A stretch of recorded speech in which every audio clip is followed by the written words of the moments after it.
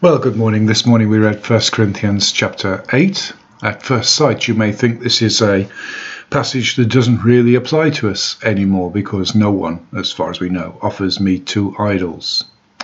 However, I know some Christians who won't eat halal meat because they say that when the butcher killed the meat, he said a prayer over it. And so that meat is dedicated to Allah, therefore they won't eat it. However, this passage says, look, we know that there's only one God. The God we serve is the God of all the earth. And these other prayers and other religions don't really mean anything. So go ahead and eat. So there's a real practical application of this chapter, but I don't think anyone is really worried about meat sacrificed to idols. However, there's an underlying principle. And the underlying principle is that we shouldn't do things that cause brothers or sisters to stumble. Now, I think there's a balance to this. For example, if a brother or sister believes that there are certain types of meat that they shouldn't eat, do we refrain from eating that meat in their presence, thus strengthening their conviction?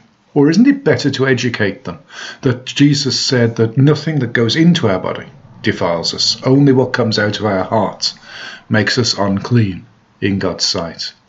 Isn't that really what we should be teaching and telling people? Education is better than confirming people in their bondage to law and to sin.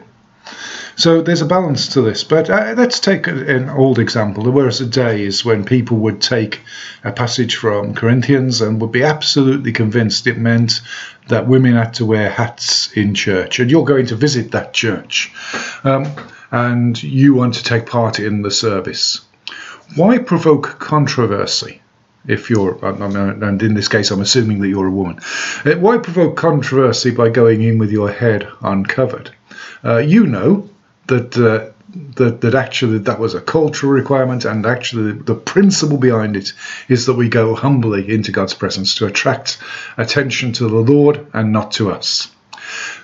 But why would you go into that circumstance and cause people a problem, put a stumbling block in front of your ministry by not wearing a hat, even though you know you're free not to? No, in that circumstance, you would sacrifice your freedom for the weak consciences of others.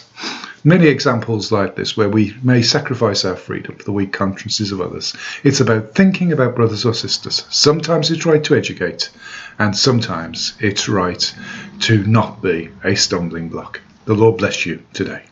Amen.